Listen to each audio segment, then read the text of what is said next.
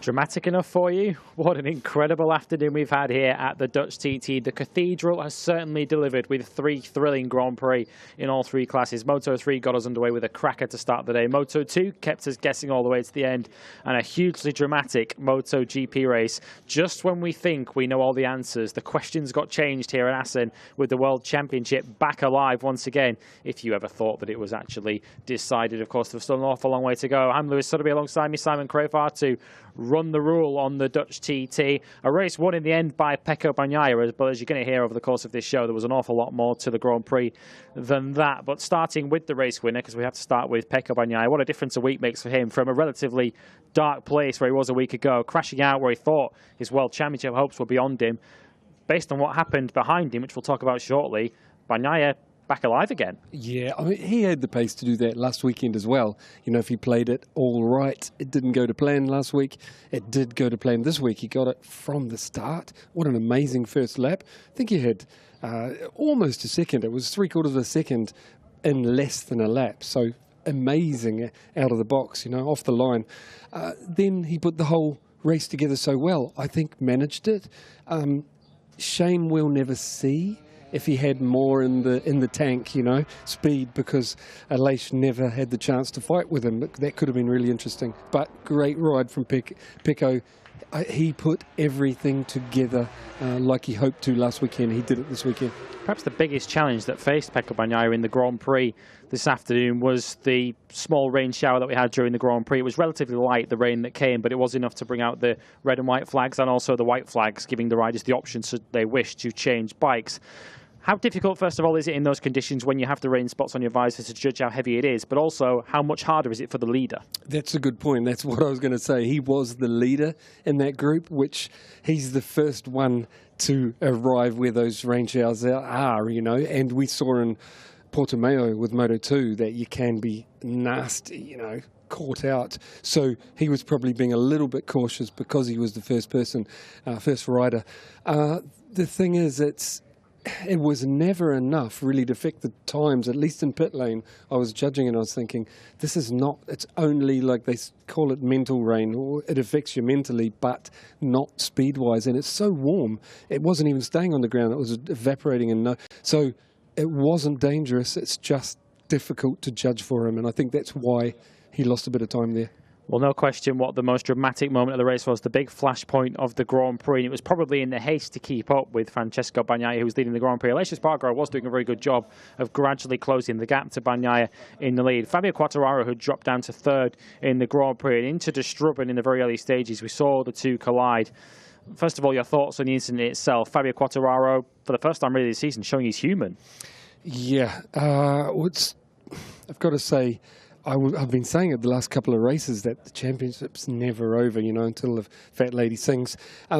Because it's cruel just when you think you're on a roll, invincible, you know. I'm not saying Fabio's saying that. Just when you get confident, the sport has a habit, I've seen it for decades, of jumping on you and teaching you a lesson. And you're lucky if you get away with those lessons with no injury. And I think Fabio's got away with it, some back pain, but I think he's okay. But the thing is, I think it came down to a bit of impatience because he had the speed to go with Pecco, knew it, and was a bit impatient to get through. Well, we'll come back to that in just a moment, but first of all, let's head down and hear from our first podium finisher, and a first podium finish in 12 months for Maverick Vinales, but more significantly for him, his first podium finish for Aprilia. Let's hear from an overjoyed Maverick. He's talking to Matt Burt. Yeah, thanks, Lewis. There's a reason why the man standing in front of me has got a very big smile on his face, because not only does he love Assen anyway, Maverick Vinales, but Maverick, a super special day for you. Your first podium in MotoGP for the factory Aprilia team. Are you pinching yourself after that one? Yeah, it's great. It's great. It's the result of hard work. You know, we've been working so hard during all these races. Starting from the back, doing good pace, but we could never show it. And there is 2 races in a row that we are able to show the potential, especially to push a little bit more. And it feels fantastic. It feels fantastic to keep, you know, working like that. And for the first time, I felt great. I felt great on the team. I felt you know, an amazing result for us, and this is the beginning. So we can't wait to be in Silverstone. It was a very difficult race for two reasons. You started from 11th place. It's never easy to come through in MotoGP these days. And then the rain spots started to fall as well. So it wasn't an easy race to manage. It was a hard race. Starting from 11, you know, sometimes can go well, sometimes not. But there is two races where I can find myself passing a lot of riders on the first lap, which I think is an amazing improvement from the last years. And then I keep the rhythm until the end. I didn't have an amazing lap time, but I keep 32 all the time. Even if it was, as you said, raining, I keep 32. And yeah, the pace was very fast. What I can say, just say thank you for Aprilia, and especially because they believe in me. They believe, and they have a lot of confidence, and they know the potential we have. So just say thank you to all the Aprilia group, Piaggio group, and this is the beginning. So we keep working very hard, and we will show what we are able to do. You must be excited, Maverick, because to get that first podium out of the way, we know you're a confidence rider, you're a momentum rider, but there are some tracks coming up in the second half of the season which you love. Silverstone next, Misano, Phillip Island, Malaysia. So you must look at the second half of the season now with that first podium and think, we can only get stronger and stronger. What I learned this year with the Aprilia is that I can be very strong also on the tracks where in the previous year I wasn't strong. So I'm looking for Austria. I'm very looking for Austria. Honestly, I'm really looking like I was looking for Sachsenring, because somehow I feel I can be very strong in every track. And from Montmeló, we changed a little bit the method, so we try to always be inside the Q2, and this pays off a lot. And however, you know, we keep working. There is now 1 month of break, which I don't like because I like racing, and this is my passion.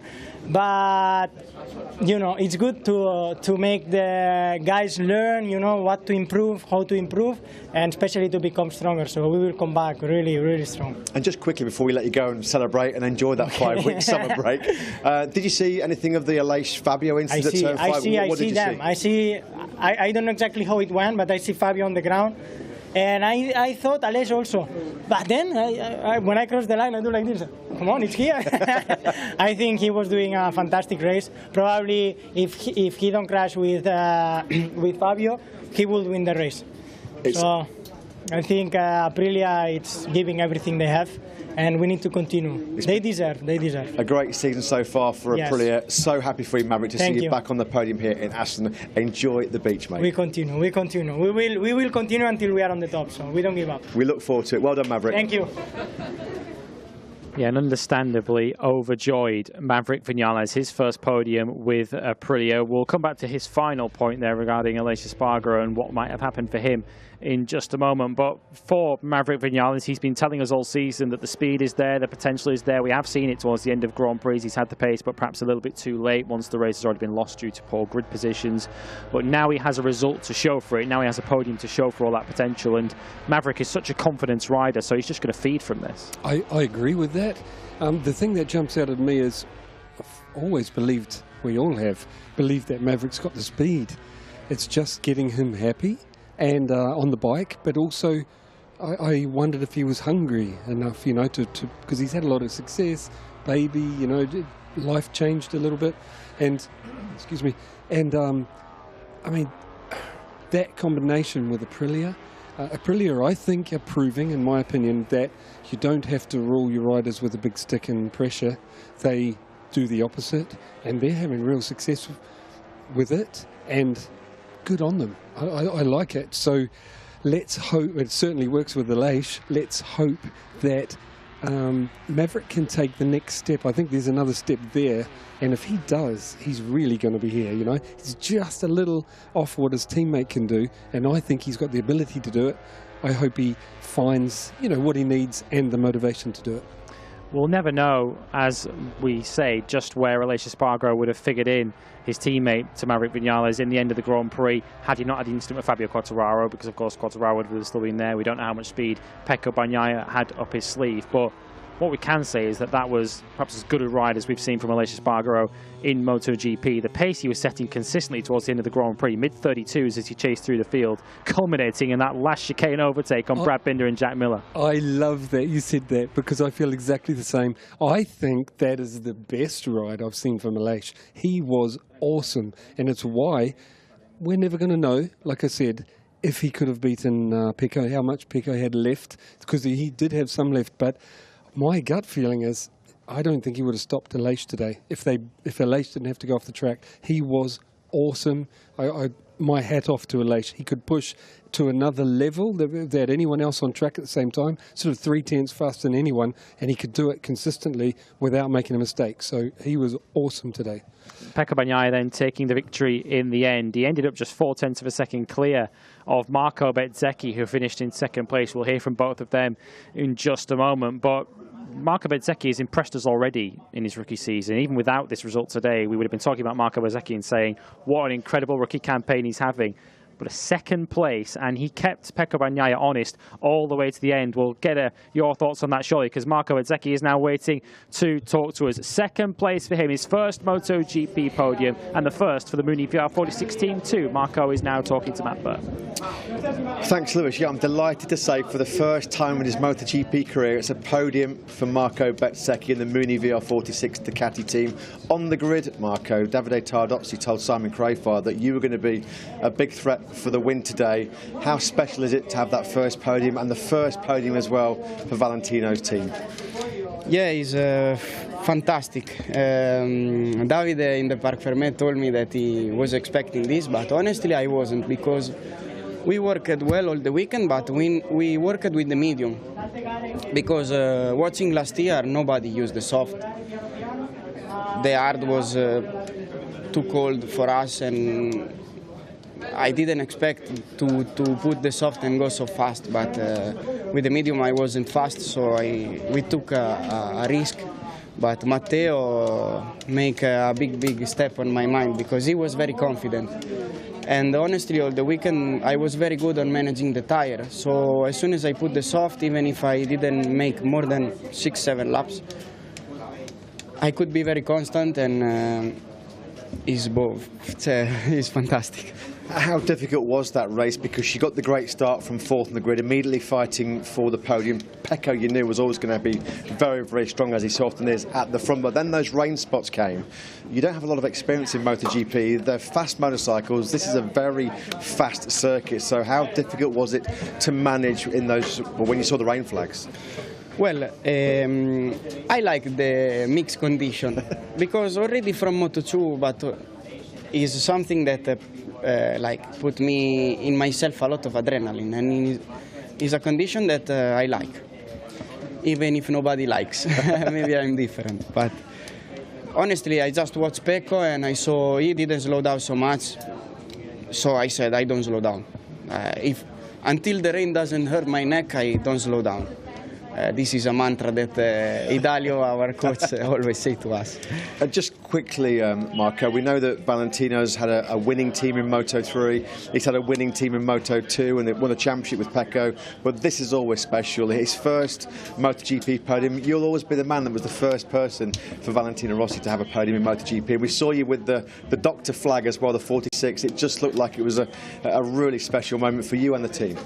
Yeah, was fantastic to see the marshal with the flag of Vale, and I immediately stopped and I stole the flag to let me see from him from home that I want to really say thank you to him. And he was my idol, he's still my idol, and for me it's special to be the first rider on the podium with his team, and I hope to continue like this and give him as a present many more results, because he deserves, I think, all my work and all my all. A fantastic job today, Marco. Many congratulations. Thank you. And I'm sure there's going to be a fantastic party in Tavuglia very quickly. Well done, mate. Yeah, well done. Thank you very much. Thank you. Yeah, many congratulations to Marco Bezzecchi, his first MotoGP podium, and you get the feeling it's not going to be the last. We were just about to talk about him just before he came to talk to us, just try and put into words the complete weekend from Marco Bezzecchi, because this wasn't just a strange circumstances. He qualified as of right on the front of the second row of the grid, put it fourth on the grid, and then, like I say, held his own against Pecco Bagnaia, who was leading that Grand Prix throughout, but he was never able to relax because Bezzecchi was keeping him honest. Yeah. The thing is about Bezzecchi, since he came to MotoGP, and the first test at Mandalika in Indonesia, I couldn't believe the pace. I remember reporting this, that he had his first ever race run in horrific conditions. It was so hot. And he held his own with Luca. Luca got by him, but he held on to Luca. And I was like, wow, for a rookie, his first ever race run to ride at that level. And he's kind of kept that the whole way through. He's just built on that, and he showed the pace regularly, like especially one lap pace. He's great at managing tyres. He's so likable, as you said. Like I always say, the Italian young fellas are so polished. You know, I know he's super laid back, but he's so lovely with everyone. They've got something extra, you know, and he's so much natural ability. I'm not taking work ethic out of the equation, but he knows what to do kind of instinctively. And I think Ducati have another superstar in the making. Yeah, real superstar in the making. And Marco Bezzecchi, as you say, is such a likeable young man. I don't think there were many people who were not happy to see him on the podium today. We're going to hear from Pecco Bagnaia very shortly, our race winner. So while we wait to hear from Pecco, let's just quickly come back to him. As you say, we will never know where Aleix Espargaro would have figured in that, but the way he managed that Grand Prix in those conditions was very, very impressive. And where does this leave him in the World Championship now? We've still got an awful long way to go. 9 Grand Prix still remaining. 66 points is the gap, but I guess we've proven in this last 7 days that you can never write anyone off. No, exactly right. Do you mind, just before we touch on that, I want to finish off the Quartararo thing. My gut feeling is he was impatient to get through, which you totally understand, because he knew he had the pace, Quartararo, to go with Pecco or beat him. I think beat him. Actually, I'm sure beat him. I think his race pace was a little bit better than Pecco's, and he couldn't afford to lose too much, you know, and he had to get through. But he's got a hard rear on, so you have to manage that. I think the first mistake was just biting off a little bit much into that left-hander to partial lace. He came from a little bit far back. That's my feeling when I watched it. But the other one, the second crash, was, I think, because he came into pit lane, cold tyre, you know, because he's done a slower lap out, and then the left-hand side of the rear has caught Fabio out. Second crash. We'll come back to Pecco. Yeah, we'll come back to that very, very shortly, because we can now hear from the race winner. Pecco Bagnaia, his 3rd victory of the season, and what a contrast to last weekend. From the despair of the Saxa Ring to the joy of Assen, Pecco Bagnaia is with Matt. Yeah, thanks, Lewis. What a difference a week makes. We know Pecco Bagnaia loves Assen because he won in Moto3, he won in Moto2. He's got a tattoo of the circuit on his right arm, so now he's got the full set, a race winner in MotoGP as well. Pecco, after the disappointment of last weekend, to come back, pole position yesterday with an all-time lap record, and to dominate the race today, what a great weekend for you. Yeah, I'm very happy after this, the past 2 races that we have. A bit of bad luck, more the first one, the second one maybe I had to manage a bit better in this situation, but it's really great to have this win, this victory before the summer break, not just for me but also to my team, to have more smiley summer break. And how was it? I mean, obviously you got the perfect start. You knew that Fabio was going to be strong. You didn't actually see all the drama behind you with Aleix Espargaro and Fabio having contact at turn 5. But you were managing the race, as you so often do, very, very well. But how tricky was it when you saw those rain spots falling, and what was going through your mind? Because we see so often here in Assen flag-to-flag races. How was that? It was scary, really scary. And when I look at the big screen, I just watched it one time. At the big screen, I was seeing Aleix on the gravel and one bike, a blue bike there. So I imagined that was Fabio with Aleix. So for sure for that we had a bit of lucky. We were lucky for that. But then I just said, okay, I can be more relaxed. I can do my race with more calm. But then looking at the guy with Bezzecchi was always catching. So I had to push again. I had to recover, to open again this gap, to be more smart and to be more calm in the last part of the race. But then the rain came. So when I saw the rain, I just slowed it a bit down. But Bezzecchi was pushing again, so it was difficult. It was very difficult. I was very terrified to crash again. And the main thing today was to finish the race. So It wasn't easy, but we were smart. I tried to be smart. I tried to don't don't push it over the limit, and everything comes quickly and well. You managed a tricky situation so well, and how special was it in Parc Fermé after the race? We know how close you are with the Academy boys, you and Marco, first and second in a magical track like Assen. It was a super special sight to see you both celebrating in the Parc Fermé. It's incredible. I'm very happy for him, very happy for the Academy, very happy for the WR46 team because they are doing a really great job. Betz is a really great rider, and he's one of my best friends. So look, being on the podium with my mate is great, and I would like to enjoy this with him tonight or this afternoon. You've got 5 weeks now before you race again in Silverstone, so please tell us there's going to be a big party in Tavullia. Maybe not tonight because we will be finished, but tomorrow we will try to have something tomorrow. Well, you and Marco and Ducati certainly deserved a big party. Huge congratulations, Pecco. You're now a race winner in Assen in Moto3, Moto2 and MotoGP. Well done and enjoy the break. Thank you very much.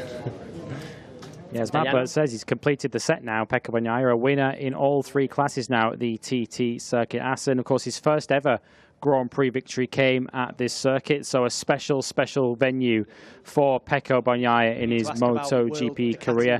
3rd victory here, and of course his 7th in MotoGP, so many congratulations to Pecco. I guess it's, sometimes I've heard the adage in motorsport, it's about winning at the slowest possible speed in many senses, and it's clear from Pecco Bagnaia's interview that that's kind of what he was doing. He was trying to manage the gap, and then when he saw that in the sketchy conditions that Bezzecchi was coming at him, he thought, I've got to step on this again. Yeah, that's exactly right, and I think that's a sensible thing to do, and why I say we'll never know how much more he had, because it would have been fantastic to see Pecco, Fabio and Aleix all going at it, because they all had similar pace. Yeah, we'll never know. Yeah, we'll never know. Well, the big flashpoint of the Grand Prix, of course, was the incident involving Fabio Quartararo and Aleix Espargaro. Quartararo, 2 crashes for him in the Grand Prix today. The incident with Aleix and then the big high side when he returned to the racetrack. We can now get the post-race thoughts of the reigning world champion. He's speaking to Jack Appleyard. Fortissimo ed è stato difficile all'inizio, però sono contento che nel momento in cui la gomma è andata bene sono riuscito. Since the start of last season, 2 crashes. Could you just explain to us what happened in both of them? First, the coming together with Aleix. I just made a rookie mistake, and you know, I will have to learn from that one. Of course, my apologies to Aprilia and Aleix for bring them to the gravel, and yeah, unfortunately we made a bad race. But it is what it is, and we have to learn for the second part of the season. And the second one, why did you go back out? What was the thinking there? Well, the team just told me to go out to see if it was raining or something. But if I came in, is because I had a problem on the sensor of on the bike, and we go out again and had another crash. So yeah, that's it. Nothing more. Was the crash your mistake as well, or was it something wrong on the bike because of the first one? No, it was not my mistake on the second one. On the second one, for sure, was something not working on the bike, because I felt when I stopped, but they told me to push to try to find something, but I was already 1 lap behind, so I didn't see the sense of going out again. And you look okay as a result. Shoulder and head, is everything other than that okay? Yeah, shoulder and head is a little bit sore, but yeah, everything okay. And just finally, obviously, everyone was thinking that the championship was yours already following Germany, with Pecco crashing out and Aleix failing to finish on the podium again. Is this a reminder that this championship is A, very long, and B, going to be a close fight? But I've told to all the people, the championship is never finished till the last race, so of course it's not mine. I have not 250 points of advantage, so that's basic. So the championship is really long, and doing these stupid mistakes is where you lose the points. So of course I have to learn. During the summer break, we'll see you in Silverstone. A rookie mistake from Fabio Quartararo, showing that he is still human. We were asking the question at the time, what was the rationale in Fabio Quartararo going back out on track after that first crash? It sounds like he was asking the same question. Oh, that was risky from his team, wasn't it? Sending him back out. I ran over to find out what was going on. I didn't expect him to go back out.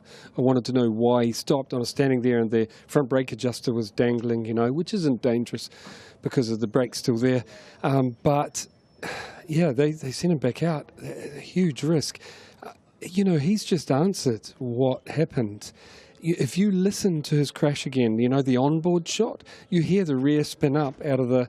And I went and asked, isn't traction control meant to stop that? And they were like, no, cold tyre. And I'm like, I fully believe that because he'd come in and stopped.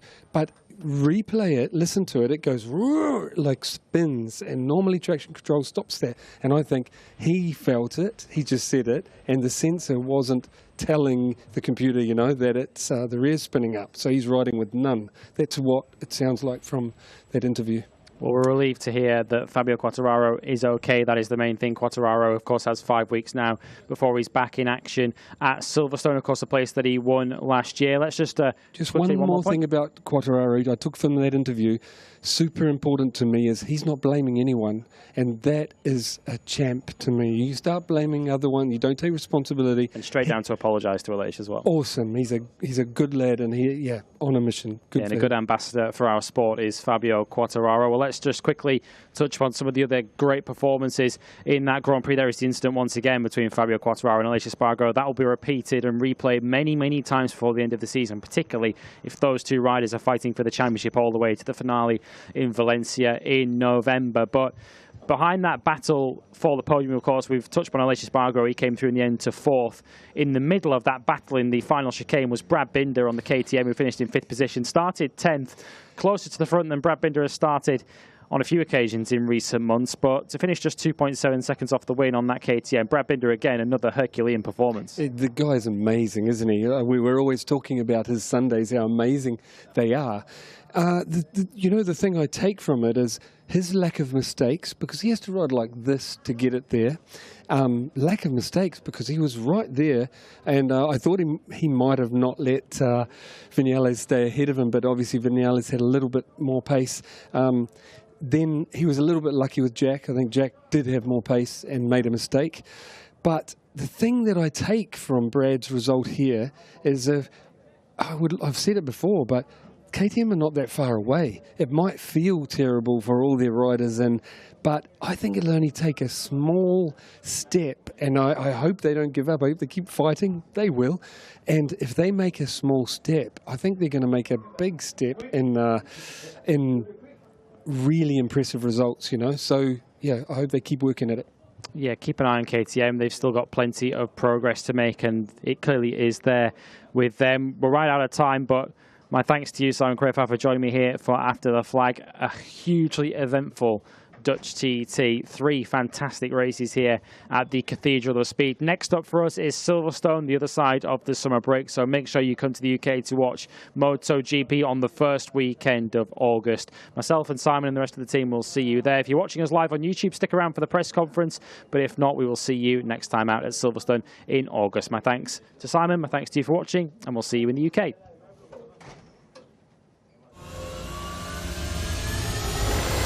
We are going to be go here in Assen.